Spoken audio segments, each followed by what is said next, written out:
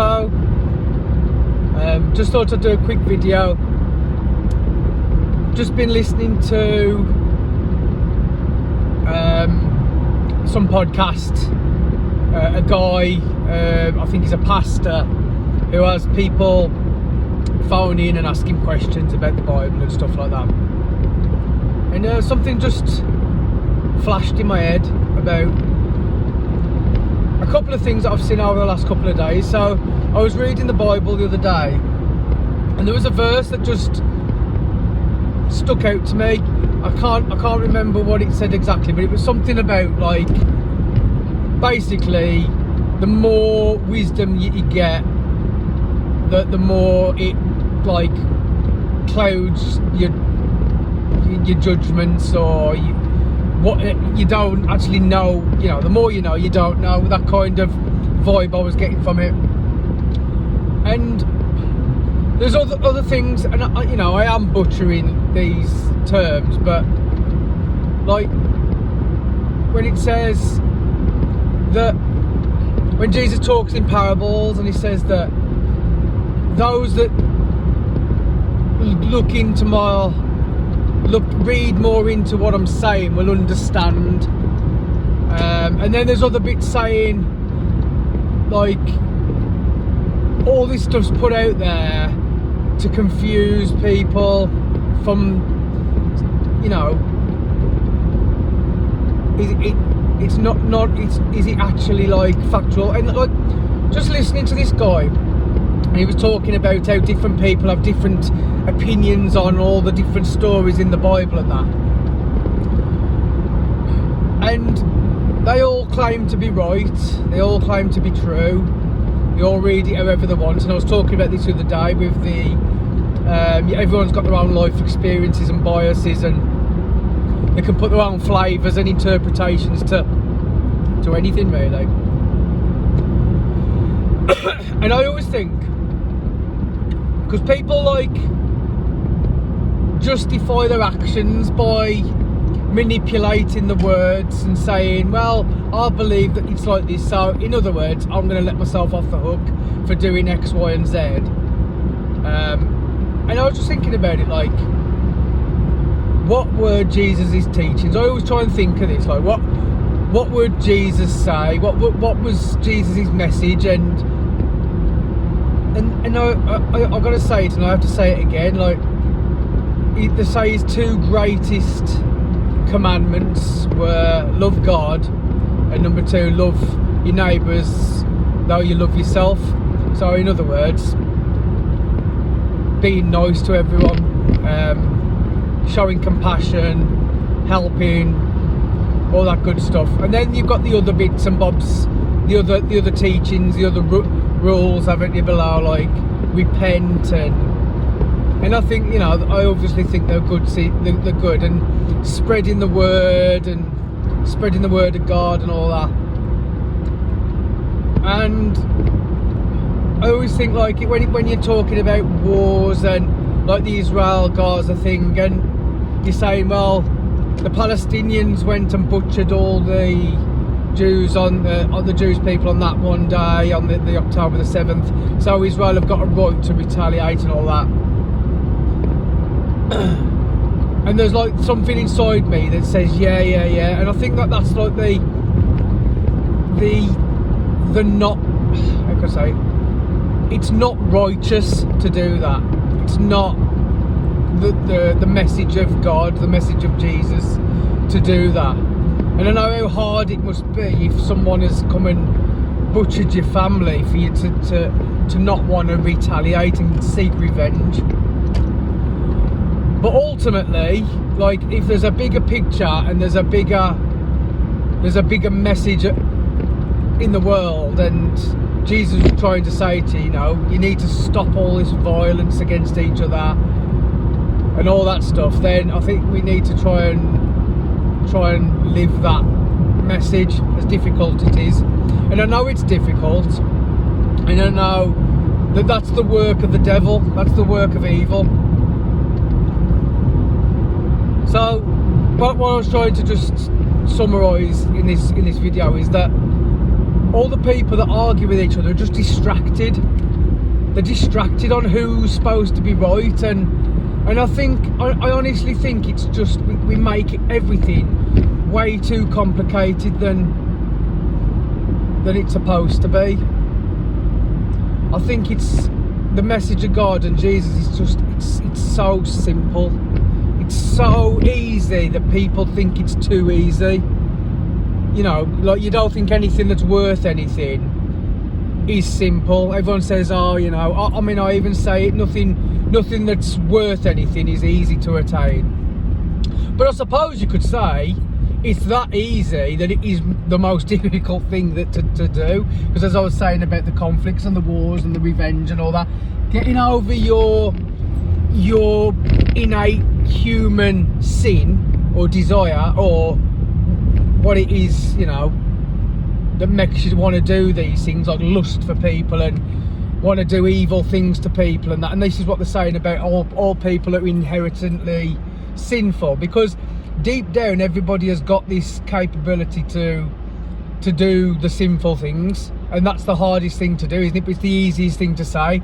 Just stop doing it and start loving everyone as if the yourself, and doing to people what you'd expect done to you, and believe in God, and when you think that everything's going wrong in your life, how hard is it to believe in God? And when people do things that are bad to you, how easy is it to love them like you love yourself? Do you know what I mean? So it's the easiest message, but it's the hardest thing to do. But I would encourage anybody, like I was just listening and he said, it was talking about Jesus when he was starting to rise to fame, and when he was performing his miracles, and he was saying to people, be quiet about it, don't tell anyone, because he could see how much fame he was getting, and he knew that with big fame comes people who want to stamp that out because they think that it's a risk to their power. So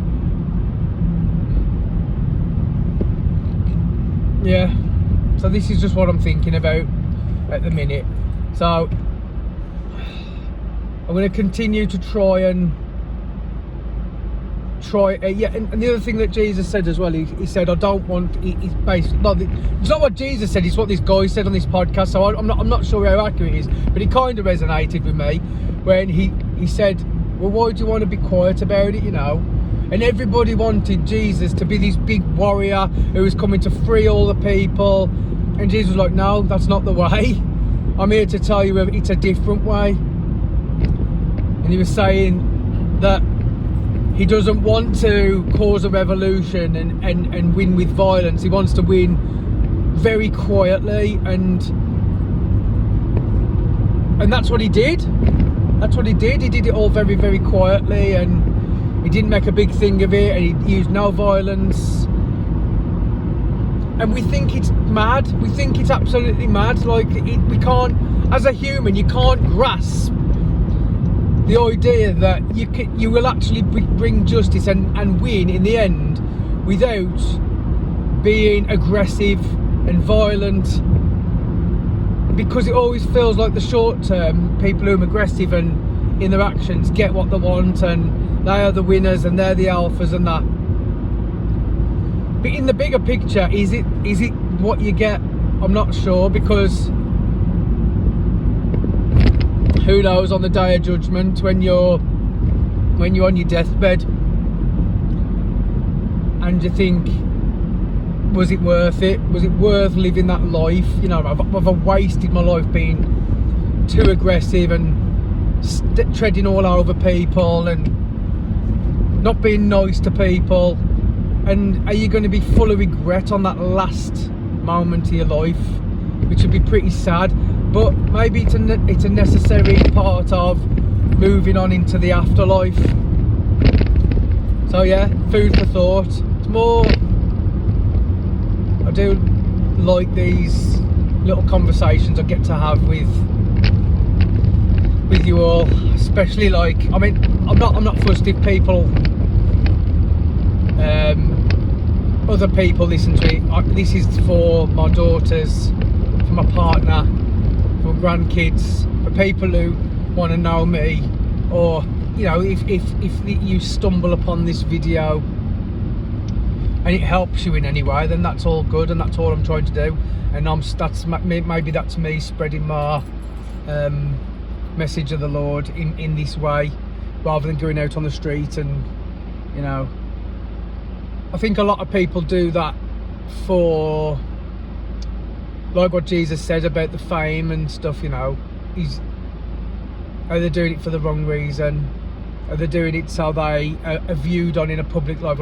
Look how righteous and holy that person is, rather than just trying to be the example and maybe spreading the word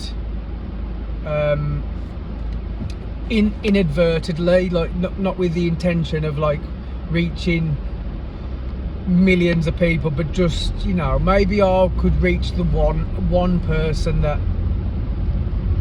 it helps, and maybe they'll go on and tell 2 people, and maybe they'll go on and tell 4 people. And the way that like things go viral and word of mouth and all that stuff that you've taught, like, you know, I've done sales, I've done promotion, and it's all about them kind of taglines, isn't it? Well, maybe I'm using that kind of mentality with my new mission, which ultimately starts within, doesn't it? Becoming that change and being the example. And you never know, as I said, you never know who I might influence with this conversation and the impact that it has on the world. And I'm hoping that overall it has a positive impact on the world. And if more people wanted to have a positive impact on the world and not want to, I don't know, do it for their own self-gratification and grandeur, then who knows where we could end up. But maybe all the stuff that goes on in the world is a catalyst for people to wake up and just look. I mean, I've switched off the news. I mean, I've deleted YouTube off my phone now, so videos I'm recording on my phone. I'm gonna upload them onto my desktop, and I'm gonna try and live this kind of life. I mean, I've got YouTube music on, so I can listen to podcasts and music and stuff, but I've unsubscribed from all the inflammatory stuff, and I've said that in previous videos, and I'm just gonna try and just get back to the simple things in life and seeing where that takes me, and seeing how I feel in a month or two's time, and start looking after my health again, stop smoking. I mean, I only smoke a very, very little amount on the weekend, but even then, you know, I'm still waking up on the Sunday thinking, oh, you know, this isn't what I'm used to, this.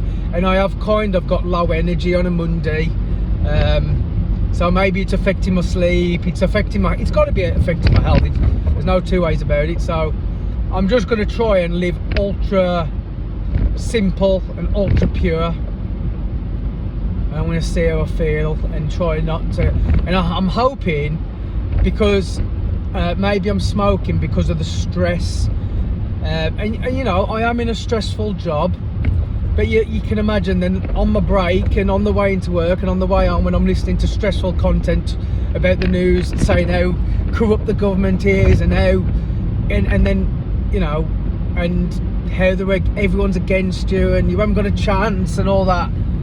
And I'm just thinking, like, after that Robert Malone talk, when he was saying how it's all been all social media and everything is manipulated in a way that is to keep everyone against each other, and it's done by the shadow governments and all this sort of stuff. And it's like, well, if it is, and the easiest way out of it is just to switch off and stop consuming this negative content, then let's see how I feel after it. Let's see how bad the world seems when I'm literally just like focusing on my little bubble rather than focusing on the entire world's problems. Let's see how I feel after that, and if I can feel like that, then maybe I can promote a message of like, it's time to It's time to get in control of the social media content. Use it for good. It's like anything, isn't it? It's like a diet, isn't it? It's like when you start to realise how good you feel when you eat good food and you cut out the bad stuff, it's easier to stick to the diet. And social media, I mean, this isn't a diet of things that you put in your mouth. This is a diet of things that you put in your eyes and you put in your ears. And I think it's just as important what you feed your brain, in other words. So yeah, I'm going to leave you on that thought. Food for thought, eh? Something positive. So until the next time, I'll see you all soon. God bless you. Love you all. And I hope everybody can find a bit of peace and love in this world.